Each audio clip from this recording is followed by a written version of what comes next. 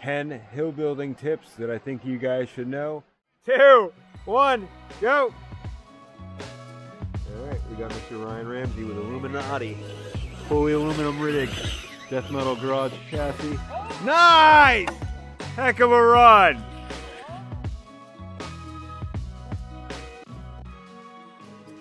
Alright, we got Derek Condone, 2022 season points champ. He was busy over the winter. He built a brand new bouncer and a cinder round.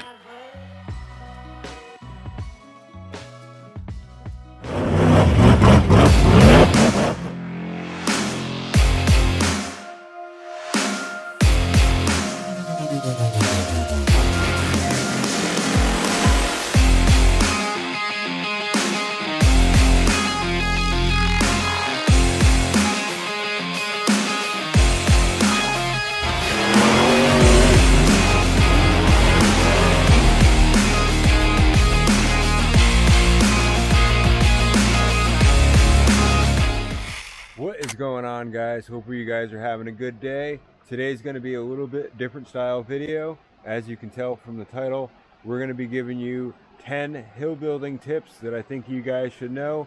And the whole reason I started this YouTube channel was to spread my love, I guess you could say, for rock bouncing and what I've learned from hill building. Not that I'm some kind of professional or anything like that, but I've had some experience building some rock bouncer hills over the years, and obviously my park shows that.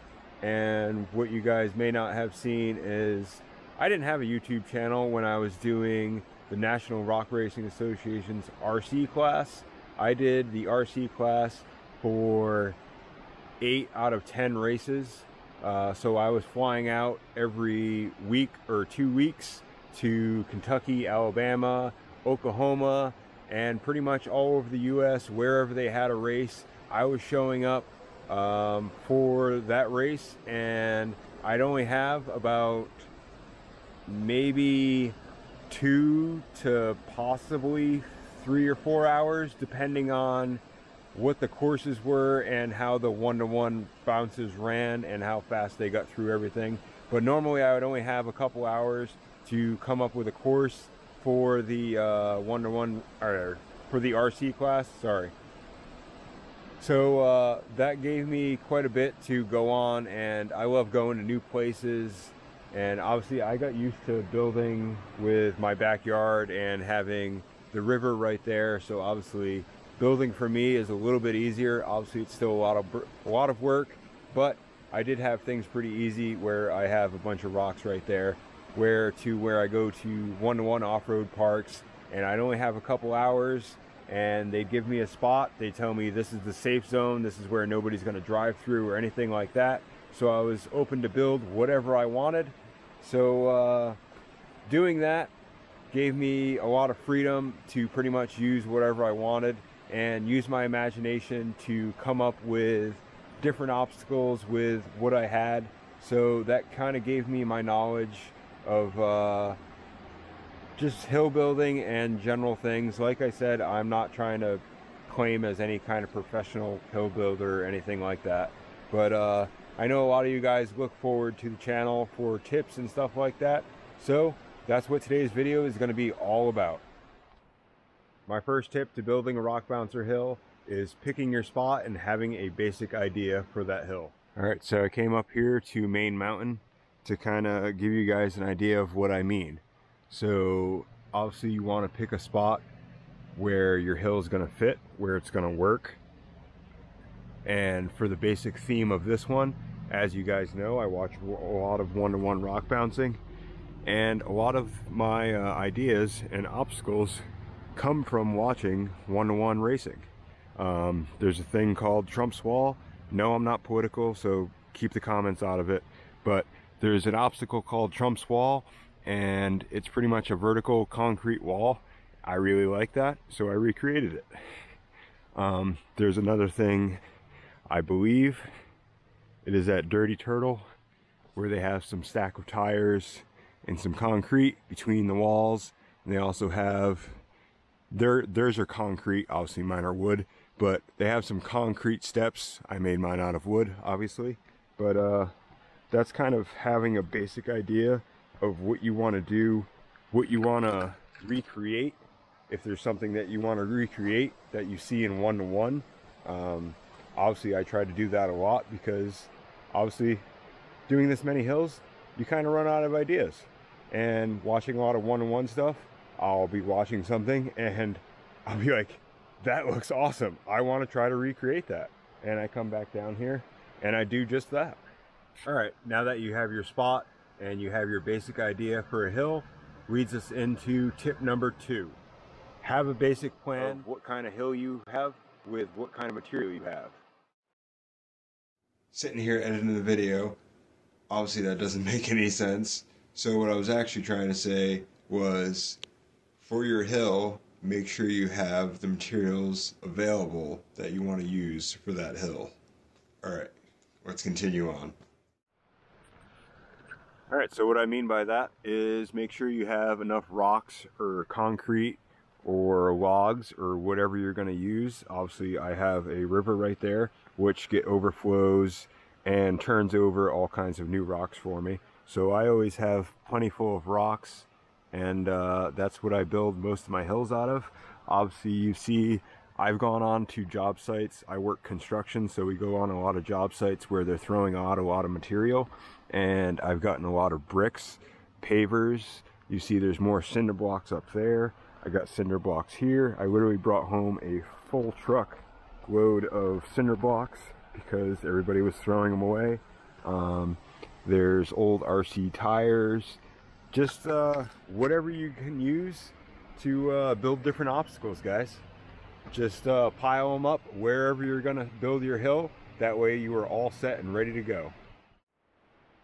All right, now that you got your spot for the hill and your idea for the hill, and you started gathering materials for your hill, the best idea is to leave all the materials at the bottom of the hill, as in the rocks and so forth. All right, so what I'm saying is you're gonna end up making things easier for yourself in the long run. So for like the hills down bottom, where I only had a short run for the hills to get rocks, unlike these two, where I started down there gathering rocks and I had to come all the way up here. So when I was placing rocks, I knew I was going to have some down bottom and probably not all that many up top. So I put a lot of the rocks, and when I had all these, I had all the cinder blocks and all that stuff down here. And then I had a medium-sized pile of rocks up there for all of that stuff that I wanted to do. And that pretty much just makes things easier in the long run. That way, when you're not getting to the next step and you start, woohoo, almost fell. When you start digging out the hill, you don't get tired from running back and forth. Obviously, it's in your own pace, but usually once I get started on a hill, I usually don't stop, and it usually gets done in a day or two. So, but that's just me. But all that'll do is make things easier for you in the long run. If you place the materials where you want them on the hill, or at least close, that'll definitely help you out in the long run. Hill building tip number 4. You want to dig your hills out. You do not want to just pick a spot and start placing rocks down, because they will not stay. So even probably the drivers that have been coming here since day one probably don't know, but right here is about 1.5 feet of dirt that have come off of all these hills and has been swept down. There's actually probably, I don't know, a foot of leaves, because the hills used to look like that at the bottom, and I buried it when I put all the dirt down here. So you can see how far some of the hills are dug down. Like OG Street is probably down. What you can see is 1.5 feet, but what you don't see is what I'm trying to tell you guys, is to make sure before you start setting rocks to dig down even further. I'll try to explain it on some of these other hills over here. So for instance, learning curve, you see that was the grade right there. So it looks like it's only dug down maybe a foot in some spots, probably 8 inches in some, but it's actually dug down about 1.5 feet, almost 2 feet because you got to remember I set all these rocks in here. So that's my big tip, to make sure you dig them out. That way when you start placing rocks, they actually stay in place. Do not just go over here and take a rock and throw it there and expect it to stay, because it's not going to, especially when you start throwing RCs at it. So with that, obviously it is a lot of digging, and for the rock hills I usually will start at the bottom and start digging out from the bottom and work my way up. That way, for like the little shelves that I make, or whatever you want to call them, the little landing pads, so I dig out all the little rest spots, because not only does it give a rest spot for the driver, bouncer, whatever, but it also gives me a rest spot from building and using a little bit less rocks or materials or whatever you're going to use. So it kind of cuts down on the materials that you're going to be using. Like you can see, water hazard is completely rock all the way up. There's even some pavers, like I said, use what you have. But yeah, you definitely want to dig your hills out, because otherwise they will not last. So obviously hills that you plan on leaving all dirt, like we have Chaos Alley, that was once 2 hills, and I combined it into 2 to make it kind of a big giant open player area, aka Chaos Alley. But hills like this, you can actually work from the top, and that's where I got all the dirt from. The drivers can attest to any race day that they come here, it all looks fresh. Well, that's because most of part of it is fresh. It's because I raked down the hills and brought down a whole bunch of dirt and made everything look nice again. But hills like that, you can start at the top and push all the dirt down, and it just makes it a lot easier if you don't plan on using any rocks. Well, now that you got your idea, you got your materials, you got your hill all dug out, now you can start laying rocks. But you don't want to just start throwing rocks in there. So when I start laying rocks, obviously I have semi of a plan. I usually like a lot of rock ledges. Those are obviously really fun for bouncers, but you want to try to lay the rocks like Tetris. I know you can't really tell because they're all filled in, and this hill is a couple years old, so it's kind of hard to tell, but they are pretty much laid like Tetris. Try to get them as tight as you can, and then that just makes so the hills stay together a lot better. Which is going to lead into tip number 6. Make sure you use bigger rocks than your RC can move. You guys probably can't tell, but obviously you can tell some of the bigger rocks are obviously pretty big. There's no way in hell an RC is going to move those. But what you can't tell is a lot of these rocks are like an iceberg. You can't really see a lot of it. Only the tip of it's standing out. A lot of the rocks are so big that an RC is never going to move them. This hill, I want to say is 2 years old, maybe a little bit older than that, and it still looks like this. I mean, some of the other OG hills are Main Mountain. That one hasn't changed from the start. Rocky Roots really hasn't changed from the start. They're all pretty much the way that I built them many years ago. So you obviously want to use big giant rocks, or as big as you can, and make sure you dig them down in there, lay them down like Tetris. That way they do not move. Hill building tip number 7. Use smaller rocks to fill all the gaps. So there's usually a point in the hill to probably where I get maybe 75% of the way up it, where I'll start cleaning off the bottom part of the hill with whatever I can. And I usually go grab my bucket and go over to the river and grab a bunch of, let's see, say like rocks like these, different smaller rocks, whatever rocks you need to fill your smaller gaps. You guys can't really tell, but let's see if I can find some somewhere in the hill. All right, perfect. So up here where it's all dug out and washed out, when I rebuild this, I'm going to end up filling in. I'll end up digging out some of these little holes, and I'll end up filling them in with, hang on, I'm trying to grab one. So just an example. filling in with like smaller rocks, all the smaller holes, fill them in with smaller rocks. That way, once again, the hills will last. They won't get dug out. You'll be able to have more fun on them before you have to maintain them again. The hill building tip number 8. Using big rocks to weigh down your obstacles. All right, so we have a lot of examples for this one. One obstacle, we got this kind of wood wall right here. What you guys can't see is there's another piece of wood right here and another piece of wood right here. And obviously when that gets dug out, I don't want the bouncers or any RCs to be able to kick it up. So there's a big rock on either side. Same thing with, even if you look at the short course, there's logs. These big logs are holding the smaller logs down. Plus you notice the logs are dug it down so they can't move. Once again, another example. We got this kind of log road tie, whatever you want to call it, section, and they're all long enough to where these rocks on the side, they also serve as a barrier, but they're also holding down the obstacle.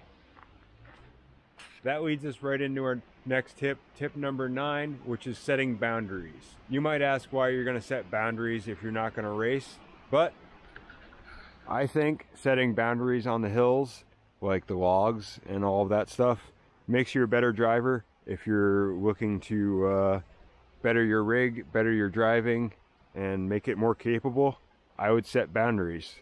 You can use, like I have in many hills, I've used big rocks, I've used logs. You can see I try to keep my hills as natural as I can, meaning I don't want anything that looks kind of handmade or man-made, I should say. Try to keep it as natural as I can. So setting boundaries definitely just makes it look a little more natural, and obviously we do a lot of racing here, so boundaries are kind of necessary when you're racing. But if you're just building for fun, I get they're not always necessary. Just makes it a lot more fun though. Alright, now you've gone through all the steps, you filled all your gaps with all the smaller rocks. You think you're done? Not yet. One last step, one last tip. My last tip is to go back to the top and start backfilling. Alright, so obviously this is only going to apply to your rock hills or hills that you have a lot of obstacles on. But if you go back in some of my hill building videos, at the very end, when I'm pretty much done laying all my rocks and filling in all my small gaps, I will take a big pile of dirt and put it at the top, throw it pretty much right at the top of the hill. And I know this sounds weird, guys, but I know many of you have seen it in my videos.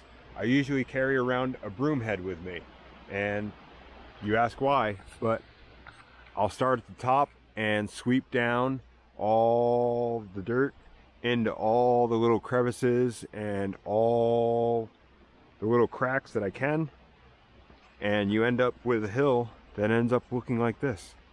And then it stays together for years and years of fun and lots of rock bouncing. Alright guys, I really hope you enjoyed my 10 tips to better rock bouncer hills. Please leave me some comments. The whole reason I started this channel was to pretty much spread my knowledge of rock bouncing. So if you guys have started something in your backyard, please let me know. I love reading those comments. Till the next time, have a good one, everybody.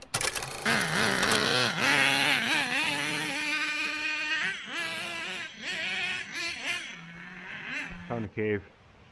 Well, I knew it was here, but we're gonna go exploring. Good thing we got a bunch of lights on there.